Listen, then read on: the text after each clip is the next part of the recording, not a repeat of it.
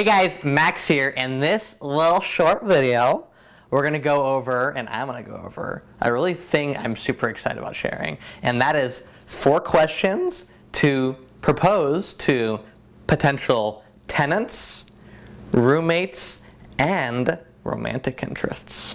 Now let me preface this video with this. They're gonna sound a little different speaking to a potential tenant compared to romantic interest, but I figured out 4 questions that are really universal. It really helps you see who a person is and who they're going to be, and that's what really matters when you're screening out people you're going to have in your life.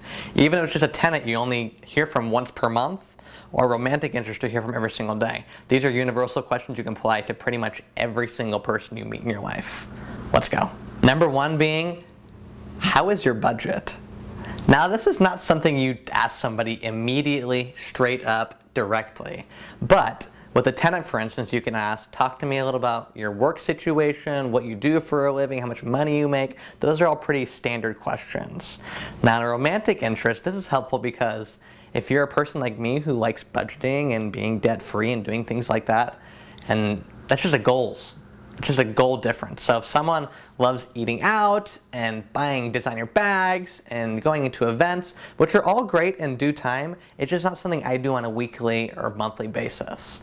So figuring out a romantic interest, if they have different goals than you, and specifically with finances, it can really help you figure out whether they're going to be a good fit or not. Number 2, how long have you worked at your job? Now tenants, pretty easy. You want to figure out if they have longevity. If they have longevity, they're probably going to have the rent for you every single first of the month. Romantic interest, a little bit different. This just shows that either they are a hopper, meaning they bunny hop from job to job to job, which may give you indication that they may hop from relationship to relationship to relationship. And again, not totally universal applicable, but it can give you a little bit insight on how they see their working relationships with people and how they see work in general. Which is good to know because someone who's a deadbeat boyfriend or girlfriend and always needs money is no good, I promise you. Number 3, what are your long-term plans? This really helps you see whether a tenant's going to be a long-term tenant or a short-term tenant. Me personally, for my tenants, I do month-to-month leases.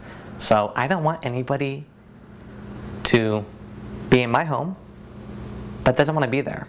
If they don't want to be there, that means they're going to start doing funky things. People get really funny really fast when they don't want to be in a place. So if you lock them down for a whole year, that opens you up to a lot more problems. And yes, there's other side of the coin where having a long-term lease is good because you know the money's going to be there. For me though, I've had success because it's a month. Give me a month's notice, you're out of here. It makes it so easy, no commitment. The less commitments and expectations you can put on a tenant, the more likely they are going to be good back to you. Romantic interest though, seeing this is really important because if their long-term vision is to have 7.5 kids and live in a big mansion, and you're someone who is part of the tiny house movement and doesn't want any kids and wants to live with your cats the rest of your life, you can figure out really fast whether it's going to be a potential fit or not. Nothing wrong with the cats, love the cats, but if there's a big clash in long-term goals, kids and finances are the 2 reasons most people end up in a divorce situation. So if you can avoid both of those or figure out in the beginning what's on the table and what's off the table, it really can save everyone's time, energy, and of course, no heartbreak.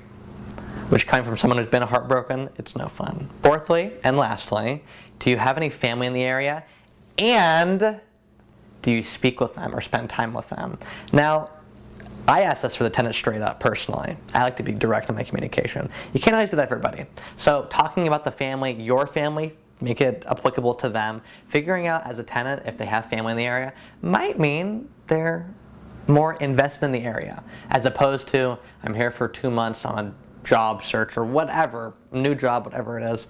They may be less likely to wrong you. And with the romantic interest, that really shows me something. If someone doesn't have a relationship by choice with their parents and they're alive, I always question what the issue is. Not because I want to judge and not because I really want to know their business, but because that's a really important thing. Family is an important thing to me, whether it be your physical family, your church family, any family whatsoever, but family is important. And writing people off, I truly do believe people can change. There's always second chances. I've been given second, third, fourth, fifth, 100th chances in my life, and I've realized that I'm also called to give that. So someone who's written off their family and moved on, that gives me a significant red flag, and need for discussion would be very much necessary for me.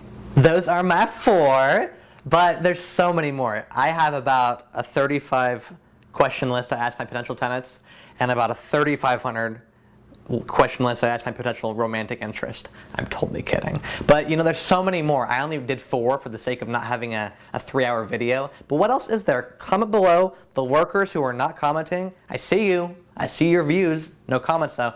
Comment below. What other questions are really important when you're screening a tenant or a romantic interest? Because a lot of times you can ask them the same questions just in a different way. So, happy question answering. Comment below. Make sure to subscribe. Lots of good stuff on the way. Talk to you guys later. Mwah.